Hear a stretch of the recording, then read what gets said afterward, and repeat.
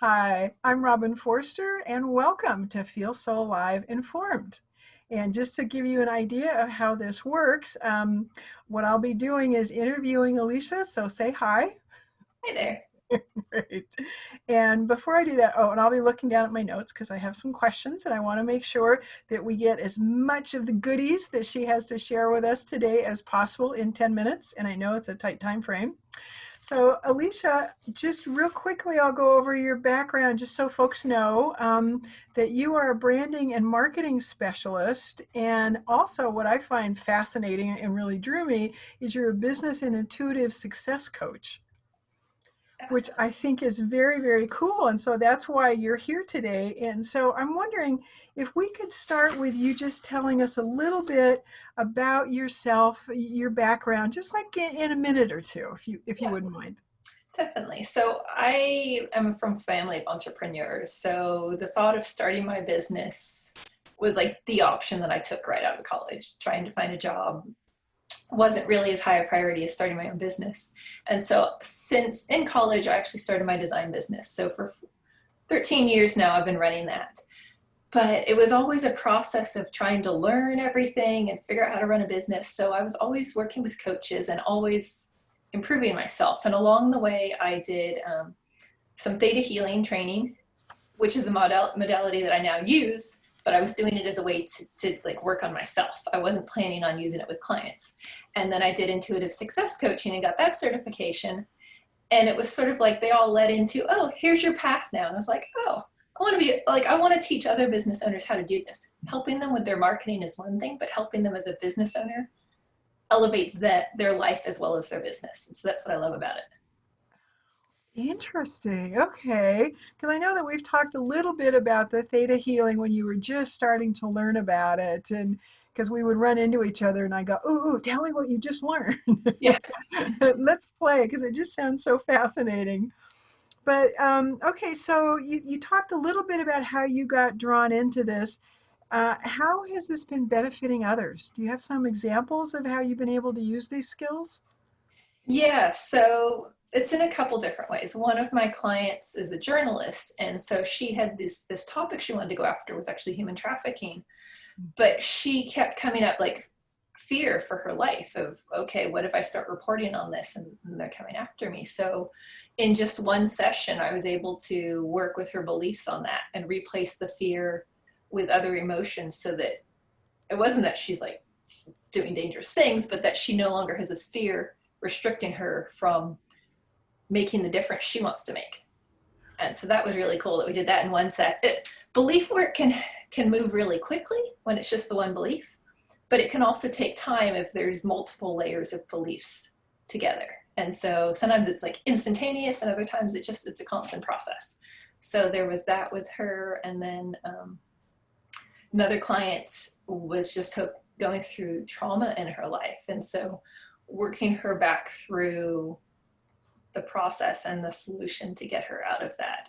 That was a longer process, but working with her through that, and it was the most difficult situation in her life, as she said. Wow.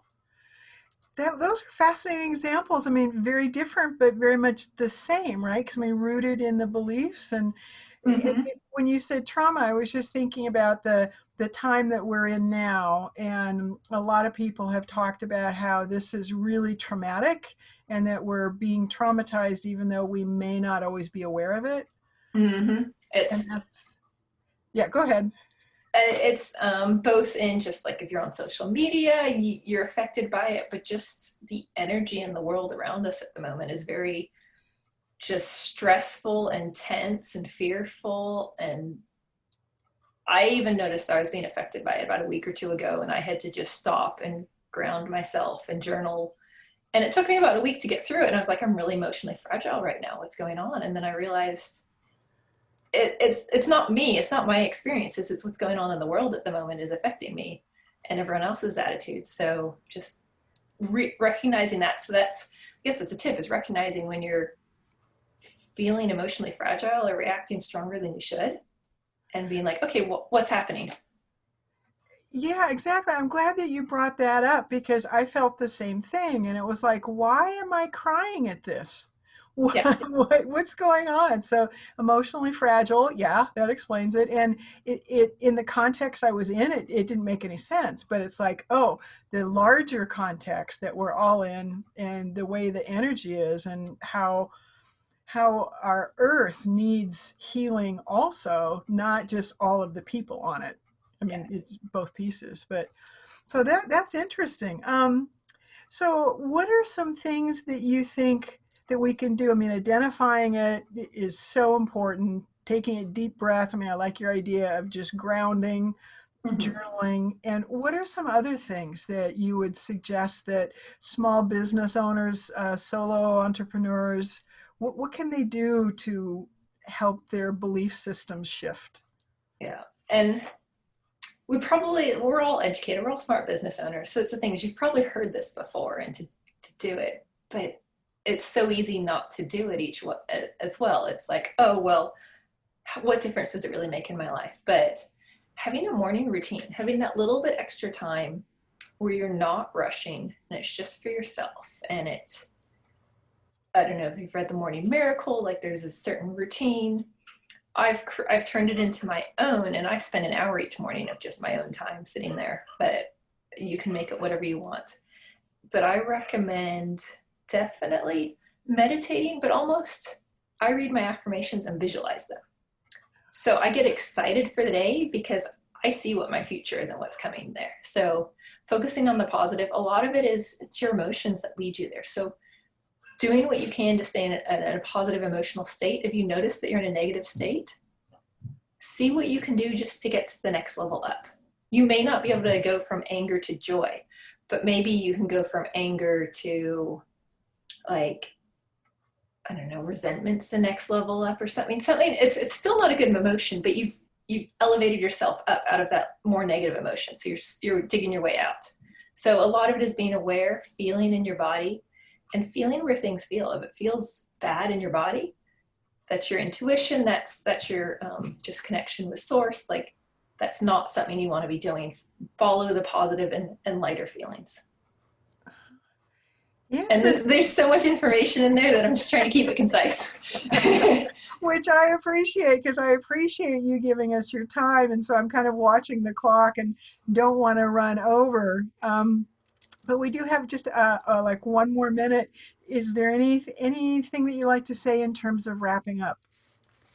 Just know that it's not selfish to be taking care of yourself. In taking care of yourself, you're raising your vibration, and that creates ripples through all of the environment around you as well. So we do need to take care of ourselves, and especially as a woman, sometimes it's like, no, I got to do the kids first, or I got to do this, or I got to do that.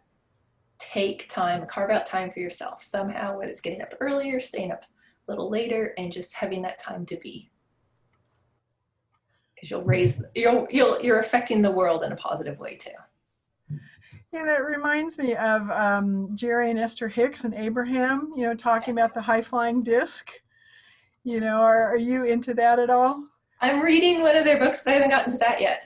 Oh, okay. Well, it's all about what you're saying, raising the vibration, getting back on that high flying disc, because we attract what we're focusing on, what our attention Mm-hmm. is. And it's like you're saying, when we're angry and in a funk, then we're going to attract more anger into our life or our beings, right?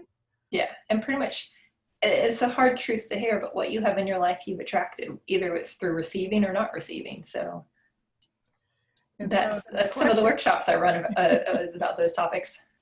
excellent. Okay. And do you have an upcoming workshop that you want to tell folks about? I do. July 9th, Thursday, July 9th at 4 p.m. I'm doing it on manifesting to grow your business. It's 4 o'clock. Excellent. Excellent. Is that going to be on Zoom? Yes, yes. You can sign up on Eventbrite, so I can send you the link to post with the video too. That would be perfect. Well, great. Well, I think that we've done really well on time. Thank you so much. Thank you. This has been fun. Oh, good. Okay.